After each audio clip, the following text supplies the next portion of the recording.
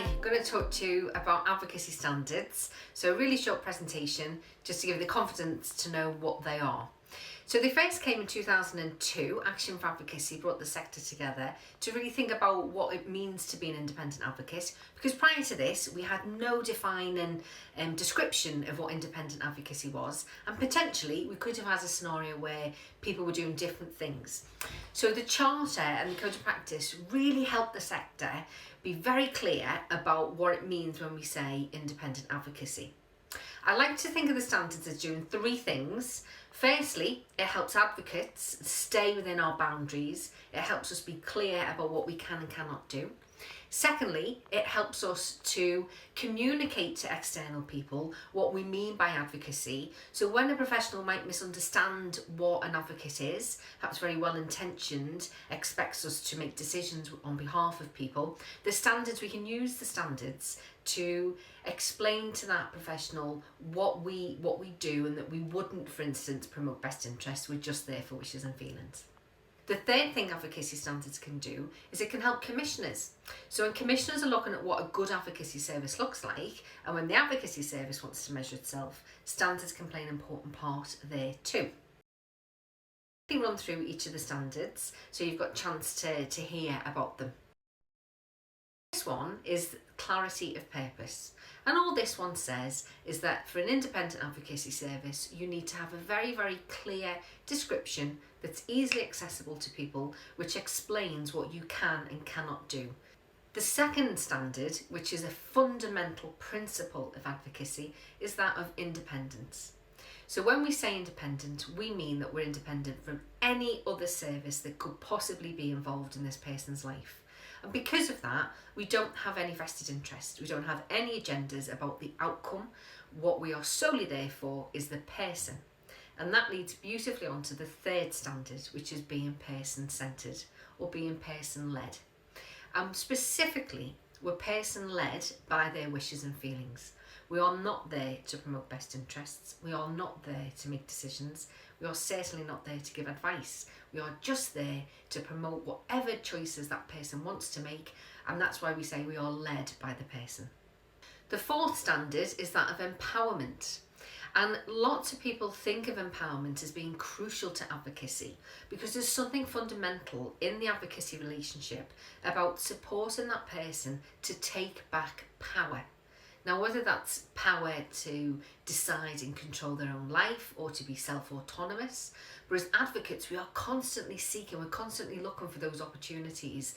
We are always looking for opportunities to help that person take empowerment, take back their power to self-determine their own life. The next standard is equal opportunity. And this requires advocacy services to really think about how they are meeting the needs of people from all different groups in their community, and how they can develop internal policies and practices that are really effective in challenging discrimination and in taking a stand against social exclusion. So we're looking for advocacy services to be part of this movement that makes communities and makes services more inclusive and have more equal of opportunity for people. The next standard is that of accessibility. Now, we know in 2018 that advocacy services are not always accessed by the people who perhaps need them the most. About half of people who are eligible for IMPA actually get one. About 1 in 10 NHS complaints actually is done with the support of an advocate. And in IMCA and Care Act, we know that there are huge gaps, especially from medical professionals in referring, and in safeguarding. Advocacy isn't always offered the way it should be. Now, advocacy has a huge role there to play in making itself accessible. And there's an advocacy standard that says the advocacy service must really consider the accessible needs of its service users. So how are you making your services easily accessed?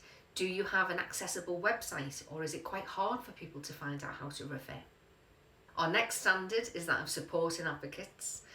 So like any well-run service, advocates on the front line need to know that the service and the managers have got their back. They need to know that they're going to be supported in what they do, and that means regular supervision, which is not a luxury, it's a must, one-to-one regular supervision to support advocates in what they do. It also means training, and it means peer support as well. The next standard is that of accountability. Now, accountability, of course, means giving good value for money, because this is public money. But it also means about taking time to really look at the impact you are having. How are you accountable, not just for money, but for people's time? How do you measure the outcomes of your advocacy provision? So the standards are really saying that advocacy services that are well run and well led will have systems in place to help them to capture that data in order to decide how accountable they are. The next standard goes back to another fundamental principle of advocacy, and that's of confidentiality. So, like many services in health and social care, advocates offer confidentiality. What makes us different is that we really take confidentiality incredibly seriously. And whereas there may be a pressure or a desire in other types of health and social care to share information so that people can best decide how to offer support to somebody, because we are person-led, our only responsibility is to that person and to help that person make choices and take choices that they want to experience in their life.